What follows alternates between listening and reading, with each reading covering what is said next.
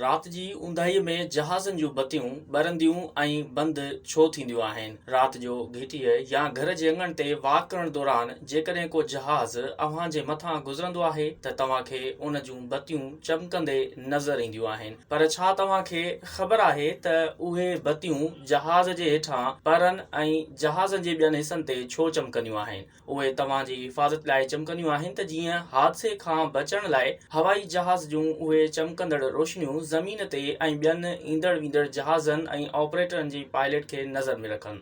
उहे रोशनियूं मुख़्तलिफ़ जहाज़नि जे पायलट्स खे ख़बर ॾियनि थियूं त हिकु जहाज़ वेझो गुज़री रहियो आहे ऐं महफ़ूज़ फ़ासिले ते रहणु घुर्जे। हवाई जहाज़ जूं उहे चमकंदड़ बतियूं ॿिनि क़िस्मनि जूं हूंदियूं आहिनि। हिकिड़ो क़िस्म त स्ट्रोब लाइट आहे जेको चमकंदड़ सफ़ेद रोशनी खे चमकाईंदो आहे त जीअं ऊंदाहिनि में आसमान में ॿिया जहाज़ ॾिसी सघजनि। अक्सर जहाज़नि में उहे बतियूं विंग जे कुंडनि ते लॻल हूंदियूं आहिनि ऐं मेलनि परे खां ऊंदाही या घटि रोशनीअ में बि नज़र ईंदियूं आहिनि। ॿियो क़िस्म आहे बीकॉन्स ऐं अहिड़ियूं रोशनियूं हिकु ॻाढ़ी रोशनी ख़ारिज कनि थियूं जेकी ज़मीनी अमलदारनि खे त ख़बर ॾियनि थियूं त जहाज़ जूं इंजणूं शुरू थी चुकियूं आहिनि या उहो हलण वारो आहे। उहा रोशनी हिकु जोड़ीअ में इस्तेमालु थींदी आहे। हिकु लाइट जहाज़ जी चोटीअ ते लॻल हूंदी आहे जॾहिं त ॿी रोशनी जे वेझो हूंदी आहे। उन खां सवाइ जहाज़ में लैंडिंग लाइटूं बि लॻाई वेंदियूं आहिनि जिन खे हादसनि खां बचाव करण वारी रोशनीअ वारे निज़ाम जो हिसो बि सम्झो वेंदो आहे। उहे रोशनियूं